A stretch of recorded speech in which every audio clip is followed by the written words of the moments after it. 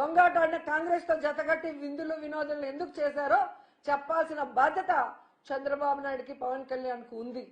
అలా కాకుండా ఈరోజు కేవలం పచ్చ ఛానల్లో ప్రజల్ని మోసం చేయడానికి మీరు మాటలు చెప్తే ఎవరు కూడా నమ్మే పరిస్థితిలో లేరు అన్న విషయాన్ని మరొకసారి తెలుసుకోవాలి. అలాగే ఈరోజు ఎంత సిగ్గుచేటంటే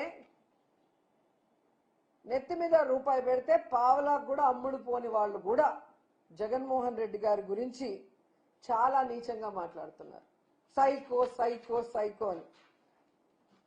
అసలు సైకో పార్టీ ఎవరిదండి? తెలుగుదేశం పార్టీ కాదా? గత 2 ఏళ్ల సైకో పాలనతో జనాల్ని పీడించింది మీరు కాదా చంద్రబాబు నాయుడు? ఆనాడు ఎన్టీఆర్ కి బట్టలు ఇప్పించి ఈనాడులో కార్టూన్లు వేయించిన సైకో మీరు కాదా? హరికృష్ణ సెవెన్ దగ్గర కేటీఆర్ తో పొత్తుల గురించి మాట్లాడిన సైకో మీరు కాదా? జూనియర్ ఎన్టీఆర్ తల్లిని బండ బూతులు తిట్టించిన సైకో మీరు కాదా?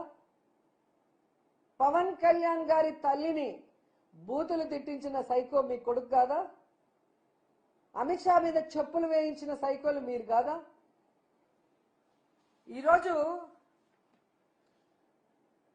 పెద్ద ఎన్టీఆర్ కి వెన్నుపోటు మీరు పొడిస్తే చిన్న ఎన్టీఆర్ కి వెన్నుపోటు పడిచిన సైకోలు మీ కొడుకు కాదా అని అడుగుతున్నాను.